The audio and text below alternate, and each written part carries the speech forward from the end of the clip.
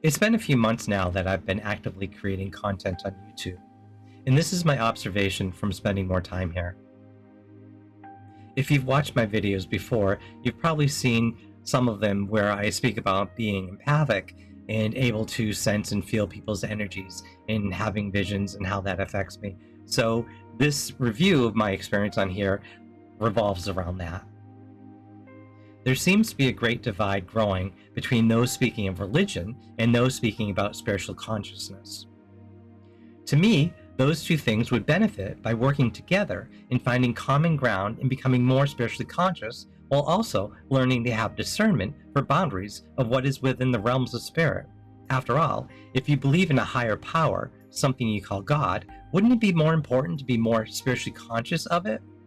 Instead, many focus on what they believe to be the opposite of that higher power and feed their own anger and hatred to that. To me, spiritual consciousness, consciousness of one's spirit and one's placement within the realms of spirit, allows for deeper connection to what we call God. For me, spiritual consciousness allows us the discernment to know who and what is safe to be around. Spiritual consciousness allows us to protect those who are vulnerable as well. The light of spiritual consciousness can allow us the guidance and discernment to be more fully connected to a higher power of love and compassion, which I believe is what Jesus is about. When I was a child, my mother took me to a Catholic archdiocese to speak to someone about the fact I was having visions and seeing spirits. The man I spoke with wasn't willing to be open to listening to me as I tried to find the words to express what I was dealing with. Instead of listening to me, he was telling me about other special boys and their abilities, like playing the piano as if a concert pianist at 3 years old. As he was thinking about these other boys and telling me this, I was seeing he was sexually abusing some of those little boys, and I told him it was wrong and forewarned him. That didn't go over very well for me or my mother. I bring this up because I fully believe if religious followers were spiritually conscious, they would be conscious enough to know if their religious leaders were harming their children. I believe this true story of what I went through as a small child is an extreme example of the dangers of lacking spiritual discernment within one's adherence to their religious orders. In society, and thus on social media, it seems many on one side are denying spiritual consciousness in favor of being fearful of God, and in doing so, condemn and judge others that don't think or live the way you have determined is the way to be. Many believe to be religious means one needs to be unconscious of the spirit realm. I've heard people claim that if one has psychic abilities or sees into the realm of spirit, they are evil in playing with the devil. I've seen many fearful videos on YouTube as well as other social media places claiming this. I've had people in my personal life accuse me of this over the years as well. I've had these abilities since being a child. Due to the fears of others, I've spent years trying to deny my abilities, and in doing so, created great harm to myself and my life. Discernment allows for the clarity of boundaries, which means gaining an ability of response, or responsibility, for one spirit, which allows for spiritual consciousness and the abilities that come with it. There is a major difference of playing with the devil, as they say, in knowing the difference of where you are focusing your attention. Knowing the difference allows for one to stay out of the lesson light and not allow it to affect you. Knowing the difference allows discernment to see and follow the path of light of what is called God. What is in our heart, spirit, and soul will depend on the clarity of our discernment of that path. Is God vengeful in sending forces to destroy what does not submit to it? Does that really sound like a powerful God? Wouldn't an all-powerful God be able to fight its own battles?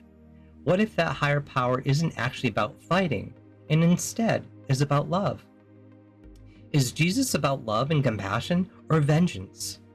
What if that all-powerful force actually wants people to focus on love and compassion, as opposed to an all-consuming passion of judgment against others?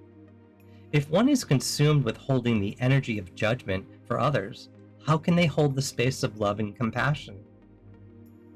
Or are those misaligned from love and compassion, creating their own destructive karma for themselves and others?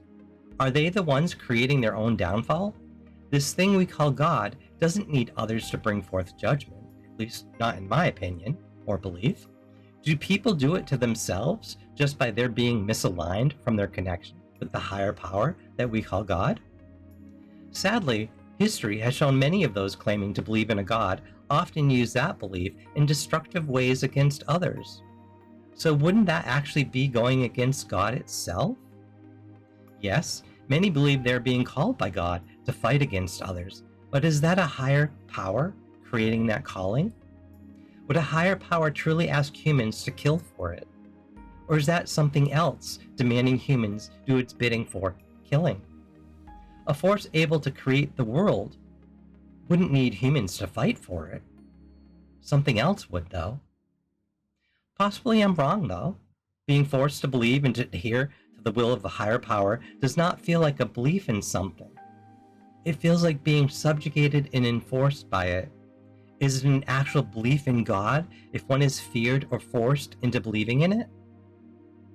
And yes, opening up and running headlong into the realm of spirit is dangerous if you fail to have discernment and abilities of response for what is there.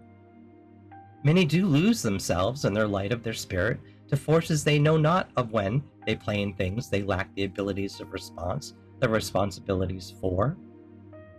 What if we are actually coming from the realm of spirit to begin with? What if it's not about outwardly opening up to the realm of spirit, which many do and thus get lost in things they have no abilities of response for? But what if it's about being conscious within your own spirit and its positioning within the spirit realm as it is incarnating into its current embodiment of physicality? I believe God holds our souls within the soul of God, and thus that is how we are connected to that higher power within. If reincarnation is real, which many in the spiritual communities claim to have experiential consciousness of, what if the more one is spiritually conscious of their origins and where they're coming from allows them the discernment to remember, retain, and learn the soul's lessons through the spaces of time one spirit is emanating through? What if that allows one to be more firmly connected and rooted within God? Now, this is where many may upset themselves and leave me mean, judgmental comments because they believe I am wrong and they are right. They will not be open to considering any of these, even they have listened to the end of it. As well, I could be wrong in all of this. I am open to comprehending those possibilities. Though, while they may give me their hatred, I have the ability of response to be able to still hold love for them, because the love within me is greater than their need to be hateful. I believe loving God means being loving above all else. I believe the religious and the spiritual are loved by God, and there is no need for them to distract from love to fight each other. I believe God loves us all, no matter who we are or where we come from. The dissection of humanity of good or bad seems like a lower force of being. To me, love rises above such issues. Love can heal all issues. We can hold the space for better in the world. We need discernment with those who claim to believe in God, yet hold space for judgment in praying for the destruction of others. The more space of love and compassion that we hold, the less power there is for those holding the space of a judgment day of destruction over humanity. It will be seen for what it is. We need to be cautious of a man-made, faux day of judgment. The word apocalypse actually means an unveiling to light. It does not mean death and destruction. It doesn't need to be death and destruction. We do not need to bring destruction to ourselves or others as we learn to process higher frequencies of light and love and become more aligned within the higher power of the being which we term God. I've had extreme visions since childhood, and as a child I saw into many parts of the life I would have as I was growing up. Those things I saw ahead did come true, including world events. I also see and hear spirits at times. As an adult, I'm an empathic therapist due to my lifelong abilities. So this has been my observation over the last few months here on YouTube and experiencing more social media in other areas as well. Being very empathically open, I sometimes have to be careful of how much time I spend on social media due to the fact that I can sense more than I have an ability of response to process at times when I'm listening to other people, and I might be hearing what they're saying, but I'm also seeing things about them. I'm feeling things about them. So for me, actually being on YouTube and watching other people's videos, I have to really pace myself with that. Is that something that you have to deal with and work with as well? I'd like to know about that in the comment section here. So this has been my observation over the last few months. I'd like to hear what you have to say as well.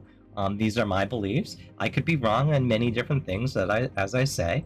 I am curious on what other people have to say.